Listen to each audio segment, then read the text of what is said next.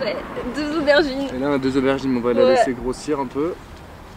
Ouais. Et là c'est bon, on peut peut-être, si tu veux des tomates, je pense qu'il y en a quelques-unes, au moins les cerises, ou si tu veux en prendre pour ce midi. Ouais, si tu veux.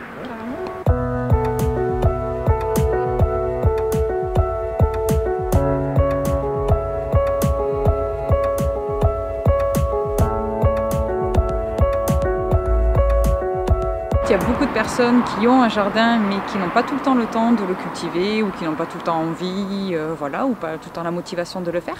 Et de notre côté, il y a beaucoup de personnes qui n'ont pas la chance d'avoir un jardin, qui vivent en appartement, qui vont cultiver sur un rebord de fenêtre ou sur un balcon, mais qui aimeraient avoir un jardin. Donc j'ai pensé que les uns et les autres pouvaient se rencontrer et mettre en place un échange gagnant-gagnant.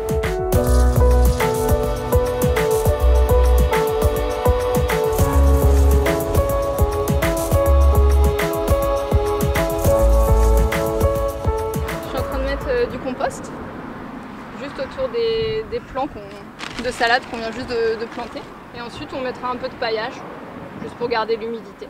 Je trouve que ça remet en perspective sa façon de consommer et ça nous interroge aussi sur notre impact sur le monde et le respect de la nature, le respect même des uns et des autres. Et je trouve que plus on met les mains dans la terre et plus en plus ensemble, on fait ça ensemble, et plus on se pose des questions en fait sur le monde d'aujourd'hui et sur comment on devrait consommer et retrouver quelque chose de plus simple, une consommation directe voilà, du jardin à l'assiette et plus locale en tout cas.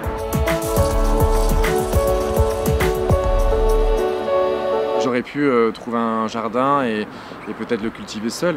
L'intérêt c'était vraiment d'être deux. On entre dans la vie des gens de manière peut-être un peu moins intime que si on allait directement chez eux ou si on allait leur proposer tout de suite de prendre un verre, etc. Là, on a quelque chose à échanger, on est dans le jardin, on parle, c'est beaucoup plus simple. Je sais pas trop si on les plante non, en fait il faut juste faudra mettre la motte de terre. Donc je pense que là ça suffit parce qu'après on va les recouvrir. Sans forcément s'y attendre, on a développé plutôt une belle amitié, parce qu'on quand même on se voit assez souvent. Et du coup on partage les frais, on partage les récoltes, et quand on a trop de récoltes, comme les tomates ou les poivrons, on essaye de se faire des plats ensemble et on dîne ensemble juste chez moi, parce que c'est juste à côté. Donc ouais, du coup on a développé une très belle amitié. Celle-là elle tombe toute seule, on va la laver mais c'est déjà bien. Cette fille elle est énorme. Elle est un peu abîmée. Bon. Quand on cultive un jardin, on se rend compte que c'est important de ramener de la biodiversité, de faire attention aux petits auxiliaires du jardin, avoir des techniques respectueuses de l'environnement pour le cultiver, donc on se rapproche vraiment de la nature.